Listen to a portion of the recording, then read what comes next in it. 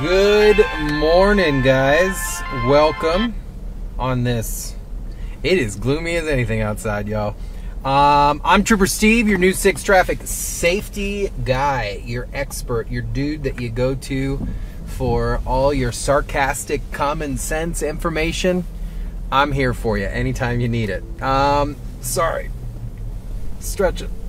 Oh, I'm trying to hide my energy drink there with my elbow. It is chilly outside. Mix that with some rain. I should be on the couch with a blanket, and I hope that is where you're watching me from right now, whether it's the comforts of your home or wherever you're at. I hope you're not out in this.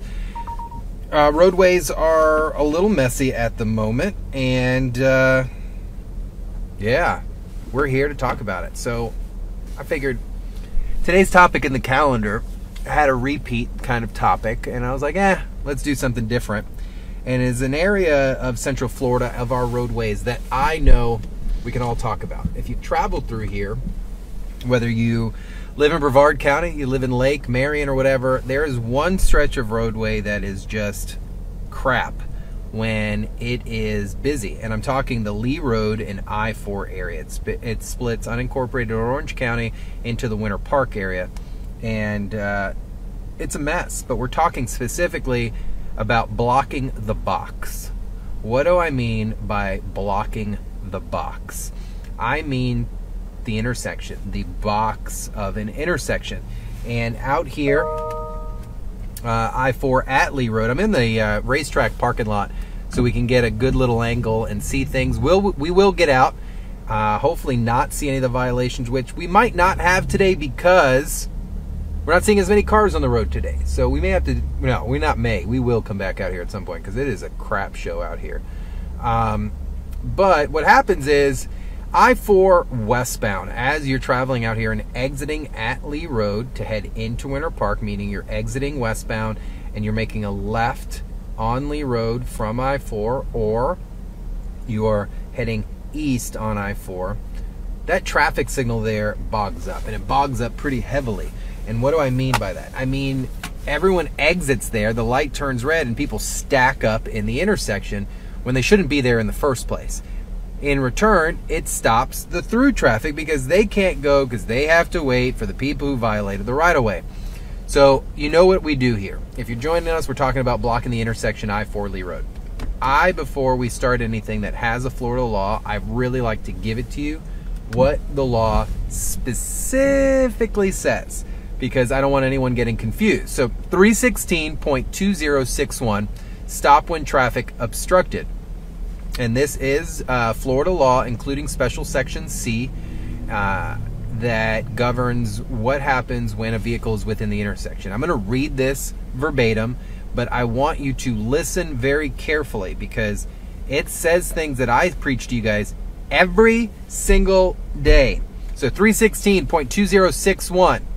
No driver, that means not even you, no driver shall enter, shall being a firm stance, no driver shall enter a intersection or a marked crosswalk unless, here's the key, there is sufficient space on the other side of the intersection or crosswalk to accommodate the vehicle the driver is operating without obstructing the passage of other vehicles or pedestrians, notwithstanding any traffic control signal indicator to proceed. A violation of this section is non-criminal traffic infraction punishable as a moving violation as provided in Chapter 318, meaning $160+, 3 points on your driver's license. So what do we hear in that? No driver shall proceed unless there is sufficient amount of space on the other side of the intersection. And that's when I tell you, like, even the same thing applies when you're at an intersection and the light is flashing yellow and you want to make a left-hand turn. You can't do that. You should not be out in the intersection unless you have sufficient space to do that. 316.2061 says that very clearly. I've got a new fancy reflective vest because I don't like the obnoxious ones that we get issued, so I got a little bit of a smaller one. And if we're ever going to get out of the car, you should have your vest on.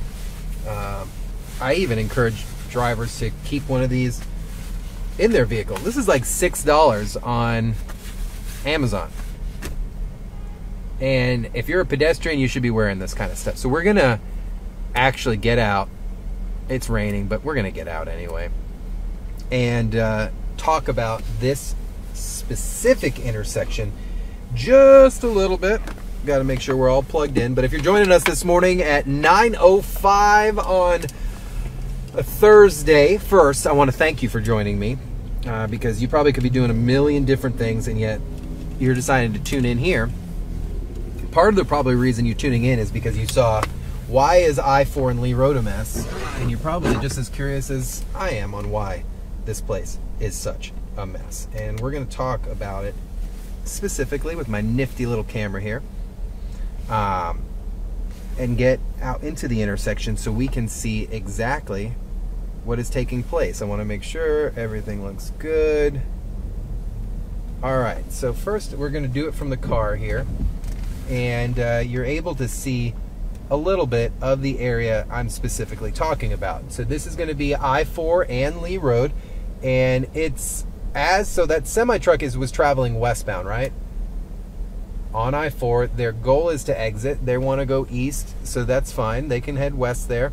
But that intersection backs up heavily, and it stops the eastbound and westbound traffic because drivers feel they want to stack up in the intersection because they have failed to beat the light or make the light. You can see a lot of pedestrians within this area.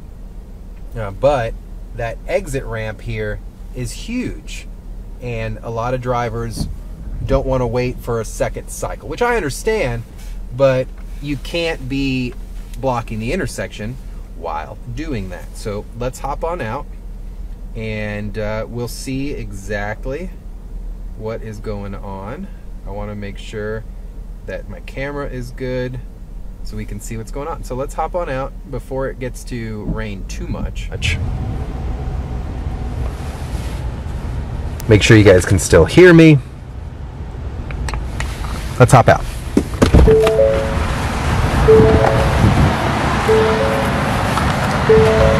So like I said, it's a little gloomy out here. You guys can see me. So we'll hop on out, go check this out real quick. It is not the best out here, but I-4 Lee Road, that's where the area we're talking. We're walking up on the intersection, and put my hand over the camera a little bit so it doesn't get too wet. But we're specifically at, why is this area such a mess? And this area is such a mess because of this. What you're watching right now is all that traffic on the exit ramp hop onto I-4. Hop onto Lee Road. They have the green light, so that's westbound exit to Lee Road, and those cars are going to line up. Good thing is there's not much traffic out here, but what we tend to see is out in the intersection when the light turns red, they'll still be sitting, cars will still be sitting there, and then ultimately it backs up the if you're out there and this is happening, right? If you find yourself out in the middle of the intersection, think about what you're causing at that time. No delay out in the intersection right now, which is good. So the rest of Lee Road can actually move.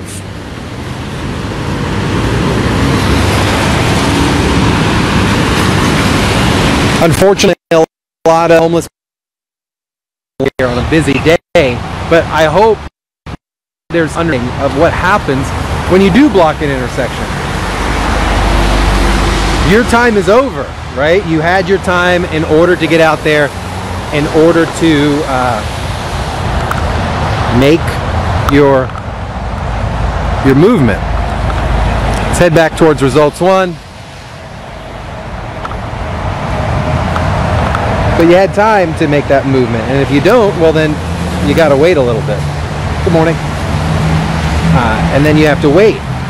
I know it's frustrating to have to wait, but in return you're delaying so many other drivers. It's raining. Let's get back in the car.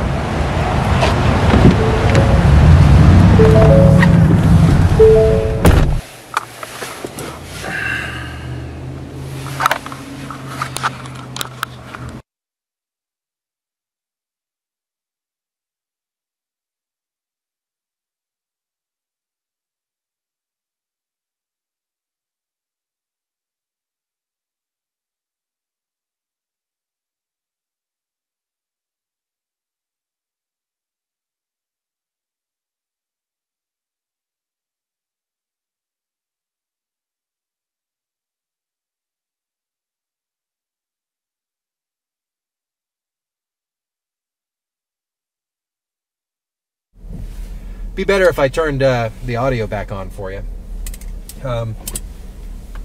Where was I? I was talking to you guys for like 10 seconds without any audio. There's not a person I've met that has told me, oh, I-4 at Lee Road's great. The problem is, it's a two-part problem. I think we have a light timing issue out here. I also believe we have a driver-initiated problem. Because, see, if everyone flows through that intersection when the light is green, we have no problem. But when you continue out into an intersection and it indicates that it's yellow, that's not time for you to say, oh, the light's almost red. That's saying you need to slow down.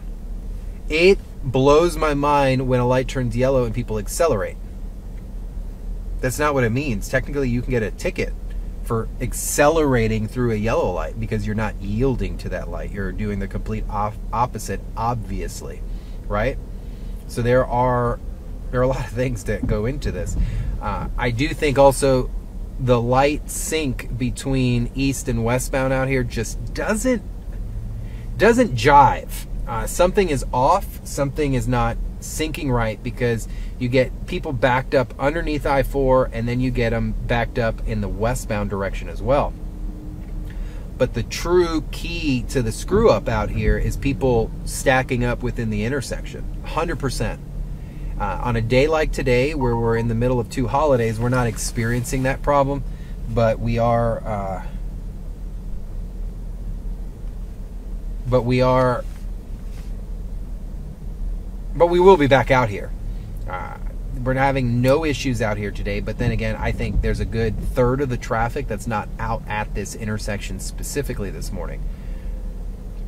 Whenever you do block an intersection, if you've come to a complete stop within an intersection, you have committed a violation in 316.2061.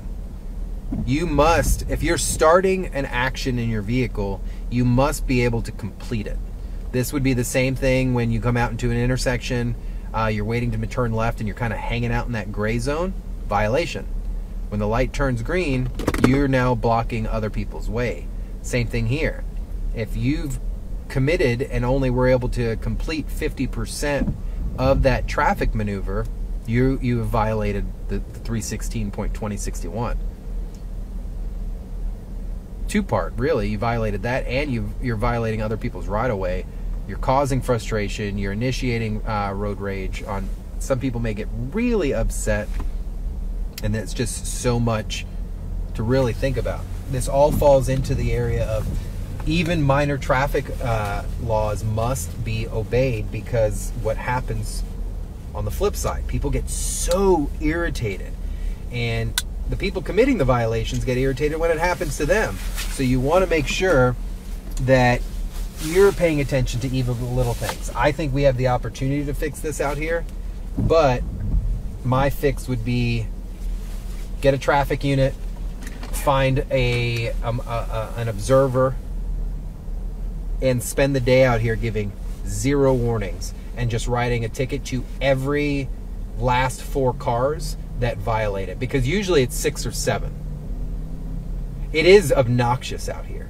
It's to the point where, like, some people, oh man, should talk about it more. No, I think we need to enforce it. I think we need to hit people in the pocket, have the visibility of law enforcement out here actively writing tickets, waving cars in a block down the road, and giving them a $160 ticket, 3 points on their driver's license, in order for them to stop doing this.